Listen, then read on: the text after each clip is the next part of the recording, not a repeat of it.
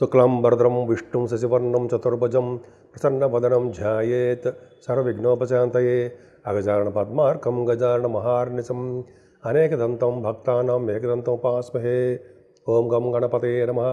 ఓం శ్రీమాత్రే నమః. ఓం శ్రీ గురుభ్యో నమః. నేను మీ వాడరేవు ఆదినారాయణరావు శర్మ. మీకు నా వీడియోస్ నచ్చితే చేయాలనుకుంటున్నాను. నచ్చితే లైక్ చేయండి, అలాగే షేర్ చేయండి, వీలుంటే సబ్స్క్రైబ్ కూడా చేయండి. మన వీడియోస్ అందరికీ కనిపిస్తూ ఉంటాయి. సో ఈ విధంగా 1 జూన్ నుంచి 15 జూన్ వరకు కూడా ఇప్పుడు మనం తెలుసుకోబోతున్నామండి. అంటే 1 జూన్ 2025, 15th జూన్ 2025, 15 డేస్ యొక్క ఈ ప్రభావం జూన్లో గ్రహాల యొక్క ప్రభావం ఎలా ఉండబోతోందో ఇప్పుడు మనం తెలుసుకుందాం. ఇప్పుడు మనం మిథున రాశి గురించి తెలుసుకుందామండి. మిథున రాశి వారికి మీ రాశిలోనే రవి బుధ గురులు ఉన్నారు. అంటే రవి 15వ తారీఖు వస్తాడనుకోండి, ముందర బుధ గురువులు మాత్రం ఉన్నారు. అంటే రాశ్యాధిపతి ఉండడము, పైగా గురుడు కూడా ఉండడం వల్ల అఖండమైన తెలివితేటలు, జ్ఞాన సంపదలు, బాగా మీకు మ్యాథమెటిషియన్స్గా బాగా రాణించడము, సైంటిస్టులుగా రాణించడము, అలాగే మీకు కొంతమంది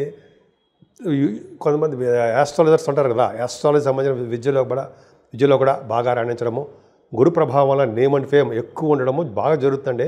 ఇంతకుముందు సంవత్సరం పాటు మీరు సంవత్సరం పైనే కూడా గురువు 12వ భావం ఉండడం వల్ల చాలా ప్రాబ్లమ్స్ ఫేస్ చేశారు. కానీ గురుడే మీ రాశిలో ఉండడం వల్ల దోషాలన్నీ పోగొట్టి మీకు సర్వశుభాలు కలగడానికి ఎక్కువ అవకాశాలు ఉన్నాయండి. అదేకాకుండా బుధుడు కూడా రాశిలో ఉండడం వల్ల తెలివితేటలు అమోఘంగా పెరిగిపోతూ ఉంటాయి. ఆర్థికంగా నిలదొక్కుంటారు, భయపడాల్సిన అవసరం లేదు. గాత్రం బాగా పాటలు పాడతారు జరా గాయకులు, వాళ్ళకి చాలా బాగుంటుంది. యాంకరింగ్ వృత్తిలో చేసేవాళ్ళు కూడా అద్భుతమైన ఫలితాలు ఉంటాయి. ఏవైనా కుజుడు 3వ భావంలో చాలా చక్కగా బ్రహ్మాండంగా ఉన్నాడు. కుజకేతువులు 3వ భావంలో ఉండడం వల్ల దగ్గర ప్రాంత ప్రయాణాలు చేస్తారు. భూములు, వాహనాలు, ఆభరణాలు కాదు కానండి, భూములు కూడా కాదు, వాహన యోగం కొనుక్కుంటారు. అది ఖచ్చితంగా ఉంటుంది. భూములు కూడా కొనుక్కోవడానికి అవకాశాలు, భూములు, వాహనాలు చాలా ప్రసిద్ధి అయిన కుజుడు. ఇంకా చెప్పాలంటే మీకు కుజుడు ప్రభావంలో వే ఆఫ్ థింకింగ్ బాగా మారిపోతుందండి. కొత్త ఆలోచనలు వస్తాయి, వాటిని కార్యరూపంలో దాలుస్తారు, బ్రహ్మాండంగా ఉంటుంది. కానీ కంఫర్టబుల్నెస్ తక్కువగా ఉంటుందండి మీకు. అంటే ఎంత కష్టపడ్డ సుఖం తక్కువ, కష్టం ఎక్కువగా మీరు ఉంటారు. అలాగే మీ విద్యలో కూడా రాణించలేకపోతూ ఉండొచ్చు, స్లోగా అయిపోతుంది విద్య. అంతేకాకుండా రైతులకు కూడా పంటలో అంత సక్సెస్ఫుల్గా ధనం వచ్చే విషయాలు చాలా తక్కువ. ఏదైనా సంతానం విషయంలో, మీ పుత్ర సంతానం విషయంలో చాలా అద్భుతమైన ఫలితాలు ఉంటాయండి మీకు. ముఖ్యంగా సంతానం పుట్టడానికి పుత్ర సంతాన యోగ్యత బాగా ఉంది. అలాగే మీరు సినిమా రంగంలో, కళారంగంలో ఉన్నవారు అయి ఉంటే మీకు సాహిత్య రంగంలో రచయితలుగా బాగా పేరు ప్రఖ్యాతులు తెచ్చుకుంటారు. గురుడు ఉన్నాడు కదండి ప్రభావం. అంతేకాకుండా స్టాక్ మార్కెట్లో మీకు బాగా రాణించడము, మంత్రి పదవుల్లో సిద్ధించడము, బాగా మీకు తెలివితేటలు బాగా అధికంగా ఉండడము, అలాగే ఇతరులతో ఎలా మాట్లాడాలో శక్తి మీకు బాగా రావడం జరిగిందండి. అంతేకాకుండా భార్యాభర్తల యొక్క అనురాగ దాంపత్య జీవితం బ్రహ్మాండంగా ఉంటుంది. భార్యాభర్తలు కలిసే ఉంటారు. దూరం అయిపోయిన భార్యాభర్తలు కూడా మీ దగ్గర అవ్వడానికి అవకాశాలు మాత్రం నిండుగా ఉన్నాయి, ఖచ్చితంగా ఉన్నాయి. అంతేకాదండి, గురు ప్రభావం వలన మీరు చేసే వ్యాపారాభివృద్ధి చాలా బాగుంటుంది. మీరు వస్త్రాలు, ఆభరణాలు, విహారయాత్రలు కొంతమంది చేస్తారు, అవకాశాలు ఉన్నాయండి. అంతేకాకుండా భాగ్యస్థానంలో రాహు ఉండడం చాలా విశేషమైన సంపదలు ఇవ్వడానికి అవకాశాలు ఎక్కువ ఉంటాయి.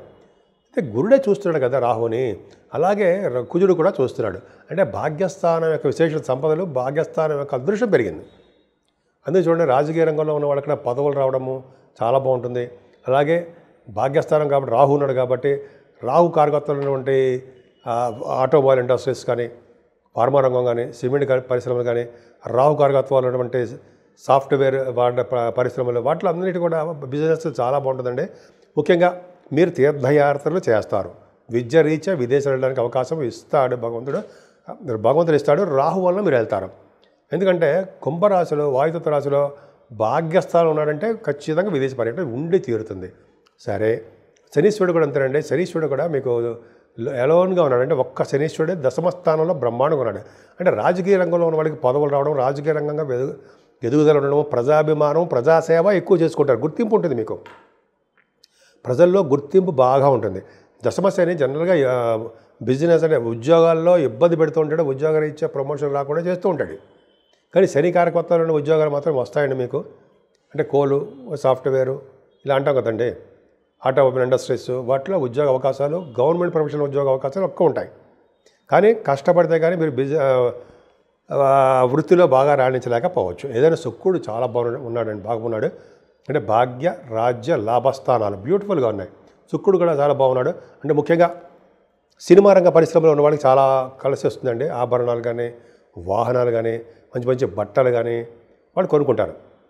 అందంగా తయారవడానికి అవకాశాలు ఎక్కువ శుక్రుడు ఇస్తుంటాడు.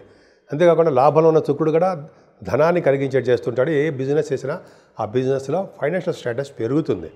పైగా రవి బుధులు 12వ భావంలో ఉన్నారండి. అంటే 6వ తారీఖు వరకు ఉండే బుధుడు 12వ భావంలో ఉండడం వల్ల దేవతారాధన, దైవదర్శనాల కోసం డబ్బు విపరీతంగా ఖర్చు పెడతారు. అంతేకాకుండా టెంపుల్స్ వెళ్ళడం కోసము, అక్కడ అన్నదానానికి కానీ, చెరువులు, బావులు కానీ, ధ్వజస్తంభాలు వాటి గురించి కూడా మీకు డబ్బులు విశేషంగా ఖర్చు పెడతారు.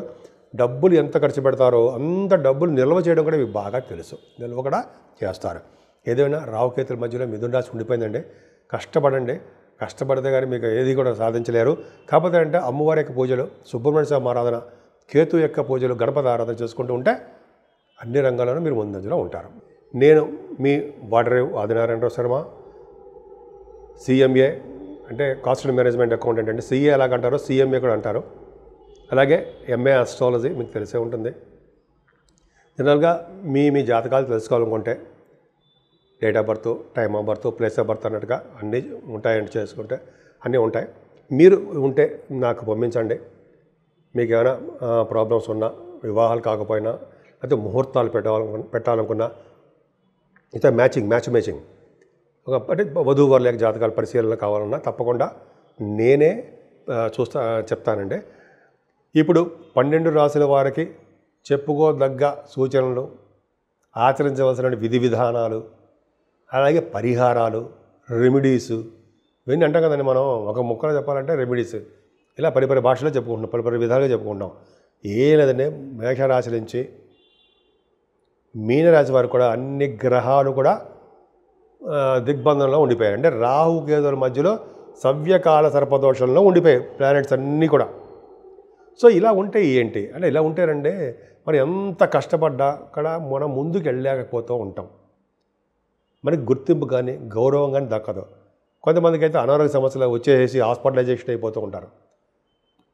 కొంతమంది పొలిటికల్ రంగంలో ఉన్నారనుకోండి, వాళ్ళకి పదవులు రాక ఎదుటి వాళ్ళ చేత తిట్లు, ఎదుటి వాళ్ళ చేత ఏదో విమర్శలు చేసుకుంటూ, రాజకీయ రంగంలో వాళ్ళకి కాదండి, అందరికీ కూడా. ఎందుకంటే మనకి టైం బాగోనప్పుడు అలాగ ఉంటుంది అంటాం కదా. సో ఇవన్నీ చిన్న చిన్న ప్రాబ్లమ్స్ ఉన్నాయండి. ముఖ్యంగా రాహుకేతుల వలన, శనైశ్వరుని వలన కొంతమందికి, కొన్ని రాసుల వాళ్ళకి దోషాలు ఉన్నాయి. ముఖ్యంగా రాహుకేతులకి మన ఇంటి దగ్గరే, మన ఇంట్లోనే అమ్మవారికి పూజలు చేసుకోవడము, కుంకుమ పూజ కానీ ఏదైనా, లేకపోతే రాహుకాల సర్పదోషంలో మంగళవారం మీరు గుడికి వెళ్ళడము, లేకపోతే గుడికి సంబంధించిన పూజలు వెళ్ళి అక్కడ డబ్బులు ఇచ్చేస్తే వాళ్ళు కడితే వాళ్ళు చేస్తారు, అది చేయించుకోవడము. అంటే రాహుకాల మంగళవారం అంటారు కదా, మంగళవారం కూడా రాహుకాలంలో పూజలు, అమ్మవారి పూజలు అదొకటి. అలాగే పౌర్ణమి పూట కానీ, అమావాస్య పూటలు కానీ అమ్మవారికి మనము ఏమంటారంటే చండీ హోమం అంటారు కదా, బాగా చేయించుకోవడం వలన, అలాగే సుబ్రహ్మణ్యేశ్వర స్వామి అధికంగా పూజించడం వలన మీరు బాగా రియల్ ఎస్టేట్ రంగంలో దూసుకుపోతారు. అంతేకాకుండా పౌర్ణమి వెళ్ళిన చవితి రోజు గణపతి ఆరాధన, ఓం గం గణపతియే నమః, ఓం గం గణపతియే నమః, ఓం గం గణపతియే నమః 108 సార్లు అనలేమా, అన్ని తీరుతాం. సో అలా చేసుకోవడం వలన దోషాలు చాలా పరిహారం అవుతాయండి.